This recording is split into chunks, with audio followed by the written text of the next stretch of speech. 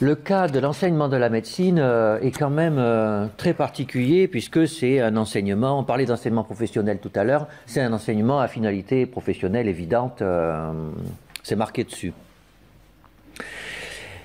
Néanmoins, en fait, c'est plus compliqué que ça, c'est plus compliqué qu'une école d'ingénieur par exemple qui a vocation professionnelle aussi. Et vous allez voir pourquoi. Alors, je suis sûr qu'autour de vous, vous avez eu des jeunes ou des moins jeunes qui sont passés par les études médicales ou qui les ont tentées. Et la première chose qui frappe, c'est les concours de première année et le concours de l'examen qualification nationale. Hein. Qui, pour le dire vite, tout le monde sait que c'est n'importe quoi, que c'est violent, que ça fait beaucoup de mal à beaucoup de jeunes. Et puis, on ne fait rien du tout contre ça. Et donc, c'est vraiment une curiosité quasiment anthropologique. Alors, on pourrait dire que c'est dans tous les pays pareil, mais ce n'est pas du tout dans tous les pays pareil. Pas du tout. Il y a beaucoup de pays où l'entrée dans les études de médecine se fait à partir du niveau M1, équivalent. Et qu'on peut faire un L de quoi que ce soit, et il y a un concours sur dossier avec entretien au niveau du M1, en particulier en Amérique du Nord, c'est un peu comme ça.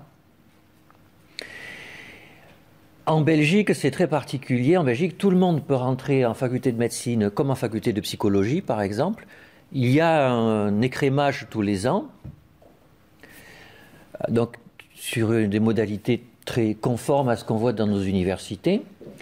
Et puis, il y a quand même il y a une particularité à la fin, c'est qu'au moment où on est médecin, mais la sécurité sociale belge a un quota de médecins qui pourront être, dont les soins seront remboursés.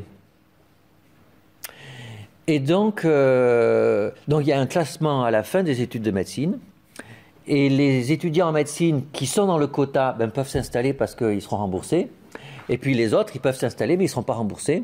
Donc ils font autre chose. Ils font de la santé publique, de la médecine du travail, ils rentrent dans les laboratoires pharmaceutiques, etc. Bon, alors, est-ce que c'est mieux? Est-ce que c'est plus mal? Alors, l'examen classant national, donc pour avoir la spécialité qu'on appelait l'internat avant, au Canada, par exemple, en fait, c'est la loi de l'offre et de la demande. C'est-à-dire que pendant le premier et le second cycle des études de médicales, les étudiants, en parallèle à leur formation médicale, suivent des séminaires, des formations complémentaires, construisent un dossier, un projet dans une spécialité, et puis au moment de rentrer en troisième cycle, ils vont démarcher toutes les universités, enfin celles qui les intéressent, qui sont plus ou moins spécialisées dans leur projet, en disant voilà, j'ai fait ça, j'ai envie de venir chez vous en cardiologie, qu'est-ce que vous me proposez vous?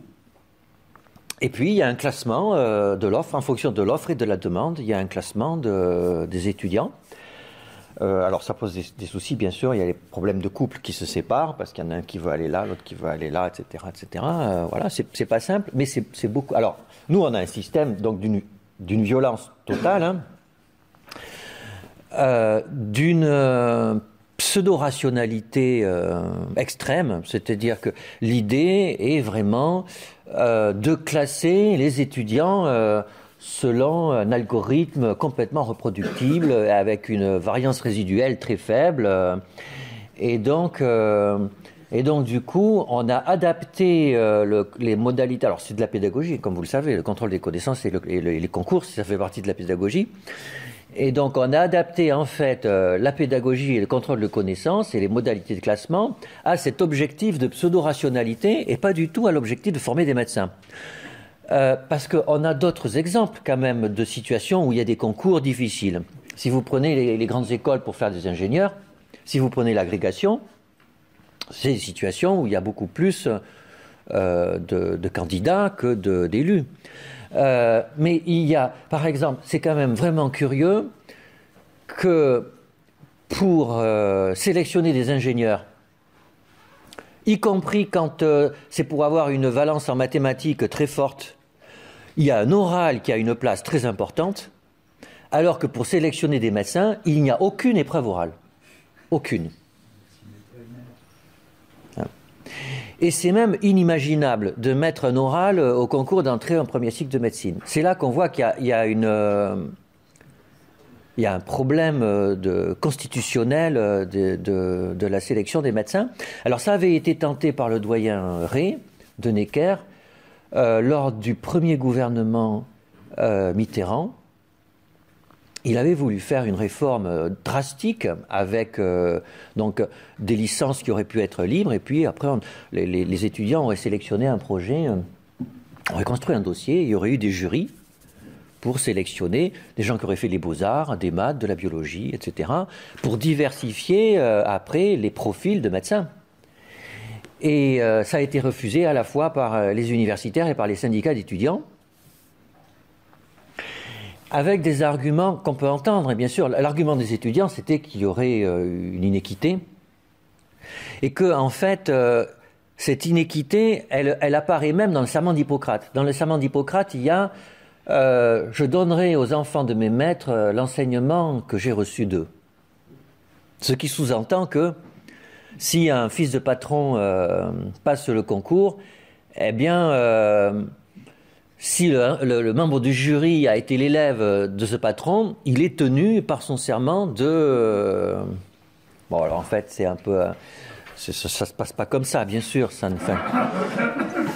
Non, alors, vous voyez, vous toussez. Non, mais quand je parlais d'un positionnement anthropologique, vous toussez.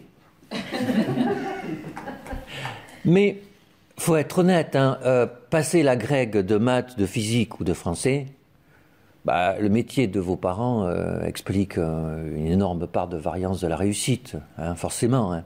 Et c'est pas parce qu'il y a de la triche dans le jury, hein, encore qu'on pourrait tousser aussi. Hein. Mais c'est que forcément, quand vous savez, je crois qu'il y a une religion qui dit que la première université, c'est la table à laquelle on mange, hein. C'est avec qui on discute le midi et le soir, hein. Et que ça fait bien sûr, ça fait des carrières, et que bien sûr il y a un débriefing de ce que c'est que des concours de grandes écoles ou un concours d'agrégation. Hein. Donc oui, bien sûr, d'avoir des parents médecins et profs de médecine, bien sûr, forcément, ça aide. Mais je ne suis pas sûr vraiment qu'il y ait une telle différence que ça. Je crois que c'est vraiment... c'est que dans la tradition médicale, il y a une tradition mandarinale, bon, bien sûr, et qui en fait était constitutive du métier, puisque l'apprentissage de la médecine...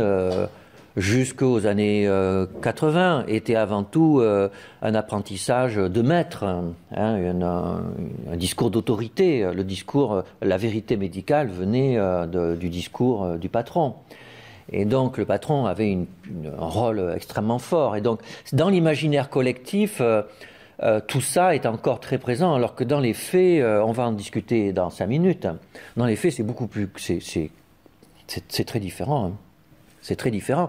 Et donc, du coup, il serait temps quand même, sous prétexte qu'on est dans un imaginaire médiéval du fonctionnement de la médecine, on a un concours de première année qui est complètement délirant, quoi, dans sa constitution, pour protéger de quelque chose qui est à moitié un fantasme.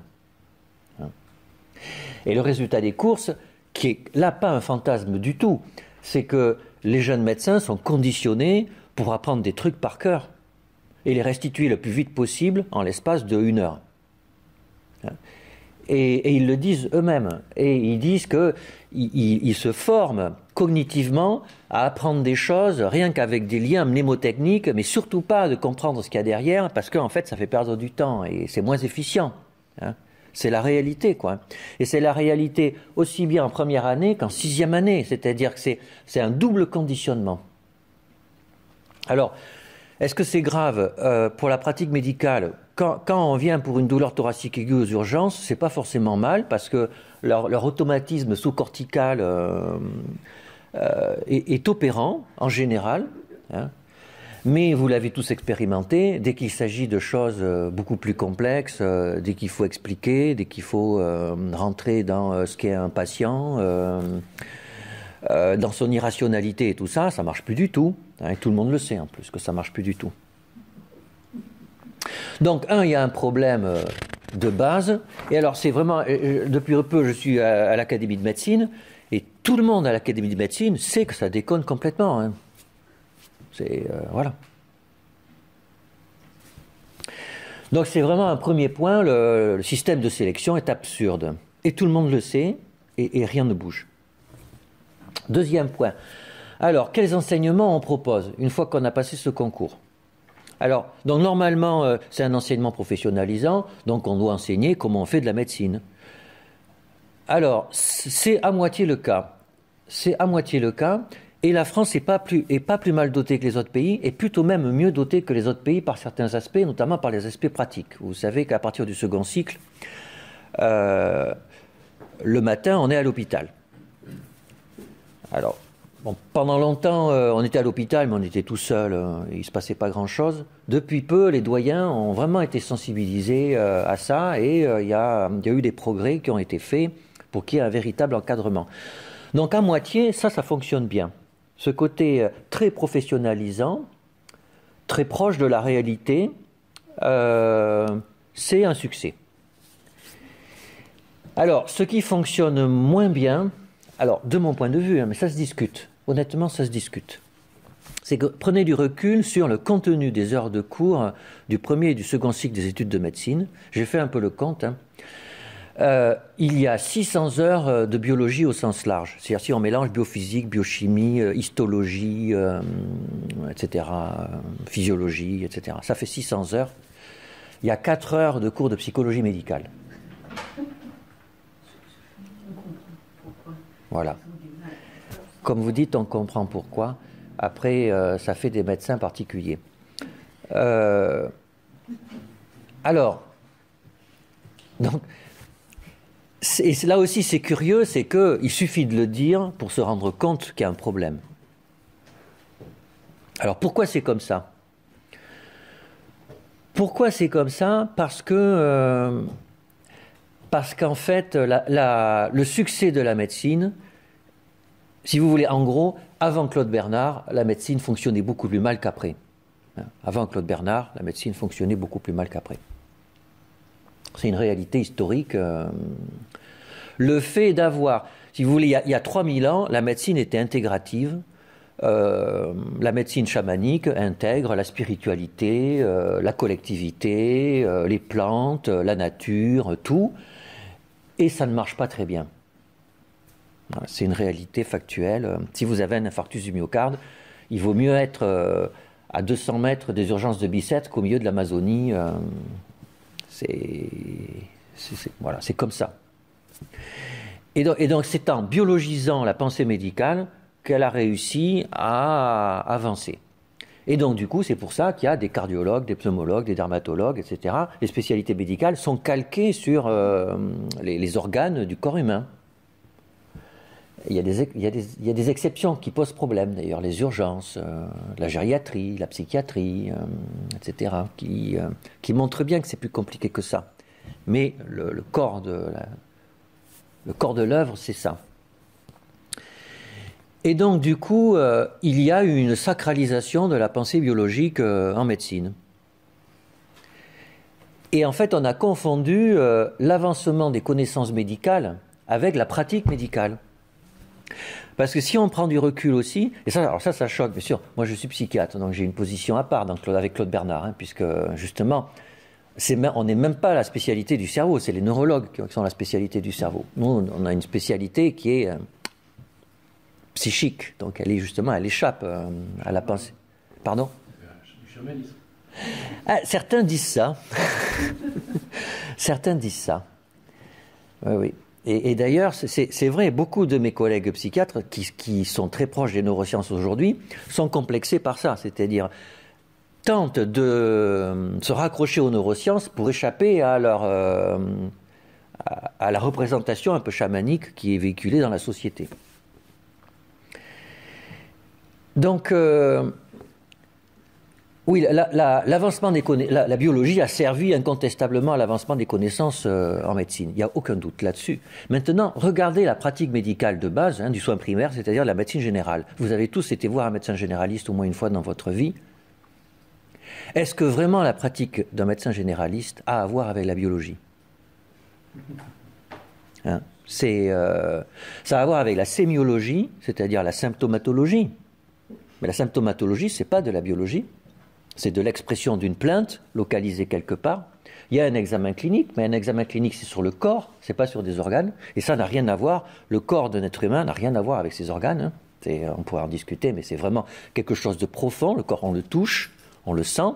Un être humain ne voit jamais ses organes. De toute sa vie, il verra jamais ses organes alors qu'ils sont lui. C'est très particulier. Et en général, le médecin ne voit jamais les organes de son patient. Il va avoir des images parfois, mais ce n'est pas l'organe qu'il voit. Donc l'examen clinique est un examen, il y a une médiation. On touche quelque chose, on sait que ça doit être un foie, mais on ne le voit pas. Donc du coup, ce n'est pas à proprement parler biologique, c'est sémiologique. Et c'est profondément statistique. C'est que c'est un patient qui a un diabète de type 2, eh bien, à partir de telle hémoglobine glyquée, je vais lui prescrire un antidiabétique oral. Après lui avoir dit de faire du sport et de maigrir, ce qui est le véritable traitement, mais qui marche que les gens ne suivent pas, pour plein de raisons, en particulier parce qu'on ne passe pas assez de temps avec eux pour en discuter. Et on retombe sur la formation. Donc, en fait, on pourrait, alors je suis hyper provocateur, je le dis des fois à mes collègues, ils hurlent, on pourrait très bien imaginer de former des médecins généralistes avec 600 heures de cours de psychologie médicale et 4 heures de biologie. Le résultat serait pas bon, mais il serait pas pire. C'est-à-dire, ça serait en miroir. Ça serait en miroir, il ferait des bêtises, parce que quand même la connaissance de la biologie permet de structurer la sémiologie et tout ça. Ça permet parfois on sait que c'est pas possible biologiquement. On sait qu'il y a des choses qui sont pas possibles. Par exemple, j'ai eu un patient une fois qui avait une cécité, qui ne voyait pas, il voyait pas à 20 mètres, mais il voyait pas à 20 mètres que ce qui était écrit au tableau de son instituteur. Par contre, il voyait la télévision. Donc ça, biologiquement, ça n'est pas possible. On le sait. On le sait. Donc la biologie permet quand même de savoir qu'il y a des choses qui sont possibles et pas possibles. Mais c'est des toutes petites... en fait, presque tout est possible en médecine. Presque tout. Donc l'enseignement du premier et du second cycle est un enseignement très fortement biologique qui... alors pour le meilleur et pour le pire. Voilà, pour le meilleur et pour le pire. Mais en tout cas, avec...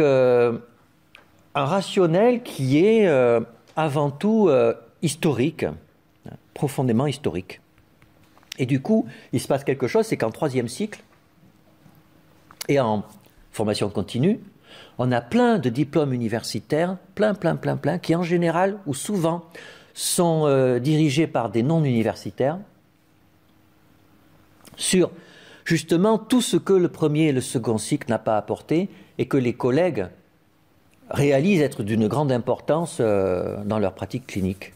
Alors comme ça, on a des DU d'hypnose, on a des DU de douleurs pédiatriques, on a des DU de plein de choses. Et c'est très intéressant, et là, il y a effectivement, on rentre dans le détail de la pratique clinique. Alors bien sûr, ce sont des collègues qui sont plus expérimentés, qui ont déjà été confrontés vraiment eux-mêmes dans leur pratique clinique. Et on prend beaucoup de plaisir à faire ces cours où là, on parle de médecine, on parle vraiment de médecine. Mais c'est à côté, c'est des DU, c'est-à-dire c'est en dehors de l'académie avec un grand A. Alors après, on peut se dire, mais alors pourquoi les enseignants des facultés de médecine ont fait des enseignements comme ça pourquoi on n'aurait pas fait autrement? Alors, donc ça, on en vient à s'interroger sur les enseignants des facultés de médecine. Alors, ça a beaucoup changé. Ça a considérablement changé dans les 20 dernières années. Pendant le XXe siècle, on a eu le recrutement mandarinal, qui est l'image d'Épinal, où on a un patron, chef de service, euh, qui a un élève qu'il repère. L'élève accepte de faire des tâches ingrates pendant des années, au service de son maître. Et un jour, si, après l'avoir vu exercer, après qu'il ait donné de lui pendant tout ce temps, alors il va lui succéder. En gros, c'est comme ça que ça se passait, et voilà.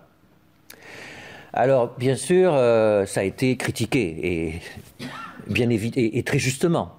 Très justement, parce qu'il y a eu des injustices terribles. Et donc, c'était pas bien. Et donc, on s'est mis à recruter les enseignants des facultés de médecine, comme ici. C'est-à-dire, sur leurs travaux de recherche. Et donc, naturellement, alors comme toujours, on est passé d'une extrême à l'autre. C'est-à-dire que maintenant, pour recruter un professeur dans une faculté de médecine ou un maître de conférence, donc il faut avoir publié des papiers, naturellement en anglais dans des revues internationales à comité de lecture, avec un impact factor. Il y a même un algorithme en fonction des rangs de la revue, du rang de l'auteur dans les auteurs, du rang du candidat parmi les auteurs. On a un certain nombre de points, on additionne les points, et pour être prof, il faut avoir au moins 200 points, et maître de conf au moins 60. Et ça, que vous soyez chirurgien, immunologiste, etc. Et donc, vous imaginez, ça n'a plus rien à voir avec ce qui se passait avant, et là aussi pour le meilleur et pour le pire. Alors, le niveau scientifique des professeurs de médecine a considérablement augmenté, considérablement. On a recruté énormément d'enseignants non cliniciens, enfin, je veux dire non cliniciens, des immunologistes, des biochimistes, etc., forcément, parce qu'ils ont des profils de publication qui sont extraordinairement supérieurs à ceux d'un chirurgien ou d'un pédopsychiatre. Et donc le niveau scientifique a monté considérablement. Alors, pendant longtemps, le niveau pédagogique n'avait pas lieu de citer. Ça a changé. Ça a changé. Et ça, c'est au crédit des doyens. Les doyens, maintenant, font vraiment attention à la qualité pédagogique de leurs candidats. Mais alors, ce qui a disparu, c'est la qualité de clinicien. C'est-à-dire que, à ma connaissance, on ne recrute pas un professeur de médecine sur ses qualités de clinicien. C'est-à-dire qu'on considère qu'en fait, mais même de façon générale, la notion de bon clinicien ou de mauvais clinicien a disparu de la pensée médicale. C'est-à-dire que, en fait, on est formé, on a un savoir, donc on est un bon clinicien. C'est si je sais, alors je suis bon. Et donc, plus j'ai fait de la recherche, plus mon savoir a augmenté, meilleur je suis. Alors que c'est pas vrai, et comme patient, vous l'avez tous expérimenté, il y a des médecins qui sont bons, et c'est une évidence, et tous les médecins le savent entre eux, il y a des médecins qui sont bons, et d'ailleurs on ne sait pas pourquoi ils sont bons, on ne sait pas d'où ça vient, quelle est la forme de fonctionnement cognitif qui fait qu'on est un bon médecin, mais c'est une évidence. C'est une évidence. Il y a des médecins qui voient les maladies, qui sont passionnés par ça, qui arrivent à parler avec les gens et à obtenir l'information clinique. Et ils sont plus forts que les autres, c'est tout.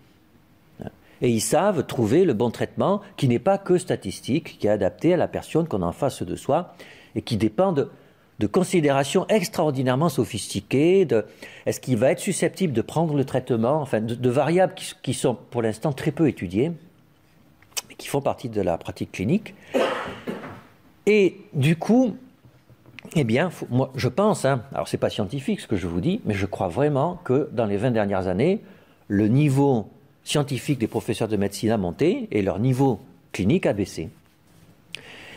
Et par exemple, dans ma spécialité, alors je ne vais pas me prononcer pour cette spécialité, mais clairement, les psychiatres pour adultes, leur niveau scientifique a monté, leur niveau clinique, pour moi, a diminué. Vous voyez, je pense par exemple qu'un jeune professeur de psychiatrie, je ne suis pas sûr qu'il puisse donner la définition de ce qu'est une névrose. Parce que le mot névrose est un mot qui a disparu de la nomenclature internationale, c'est un mot ringardisé. Comme il est ringardisé, il n'intéresse plus, alors que dans une discipline clinique, il faut avoir un regard historique sur sa discipline, ça nourrit l'épaisseur, ça donne du recul par rapport à sa pratique, etc.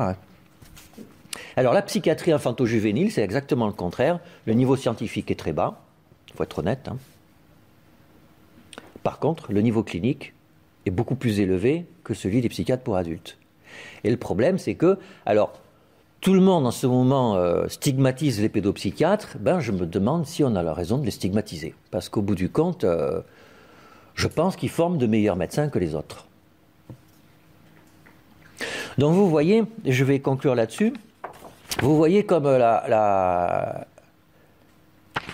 formation des médecins, comme les études de médecine, la question quels étudiants on a sélectionnés et on a conditionnés, quels enseignants on a recrutés, quelles recherches on fait. L'INSERM, qui est l'Institut national pour la santé et la recherche médicale, qui est l'institut qui nourrit la recherche en médecine en France, à 80% c'est de la recherche en biologie, à 19,8% c'est de la recherche en santé publique, et à 0,2% c'est de la recherche en sciences humaines et sociales. Et je n'exagère pas. C'est exactement ça. Et donc, clairement, et c'est pas... Alors on peut se demander pourquoi on en est arrivé là. Alors on pourrait dire c'est la faute aux politiques. Pas du tout. Ils n'ont rien à voir dans ces choix. Absolument rien à voir. Pour une fois. Deux, on pourrait dire les gens s'en foutent. Pas du tout. Les doyens, le directeur général de l'INSERM, ils sont complètement investis dans leur mission. Ils veulent vraiment former de bons médecins. Ils veulent vraiment faire de la bonne recherche médicale. Vraiment. Et ils travaillent beaucoup pour faire ça.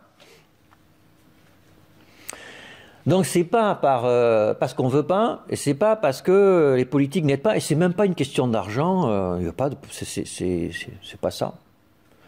Alors c'est quoi? C'est des non-dits. C'est-à-dire qu'on ne veut pas voir que la formation des médecins repose en France sur des bases idéologiques. Il faut appeler un chat un chat. Qu'on considère que la biologie... Vous voyez, tout à l'heure on parlait santé et biologie. On considère que, par exemple, à Paris-Saclay, la santé publique dont je m'occupe fait partie du département sciences de la vie. Et c'est une évidence. Alors que le dernier projet de recherche qu'on a eu, c'est l'utilisation des big data chez les addicts aux jeux à la Française des Jeux. Ça n'a rien à voir avec la biologie, rien du tout. Enfin, bien sûr, vous me direz, le cerveau a à voir avec l'addiction aux jeux, bien sûr, hein, mais ça n'a rien à voir.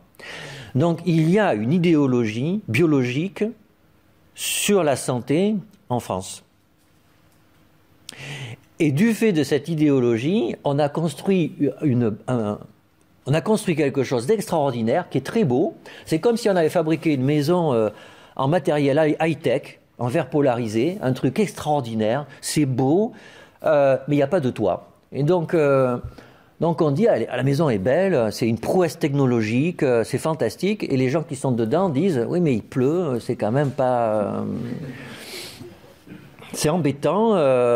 Alors on dit, mais vous n'êtes pas content, vous êtes jamais content, on a fait des efforts, on a fait de la recherche, vous avez un truc que personne n'a et vous vous plaignez.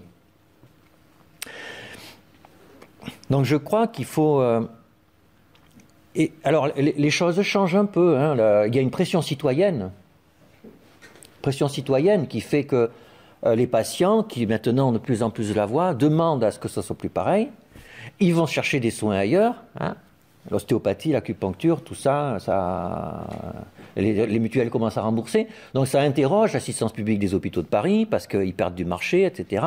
Donc il y a des lignes, ça bouge un peu. Du coup, les cancérologues décident de faire de la médecine personnalisée. Hein, vous voyez l'argument qui est scientifique, mais qui est aussi marketing. Hein, on s'intéresse à la personne, etc.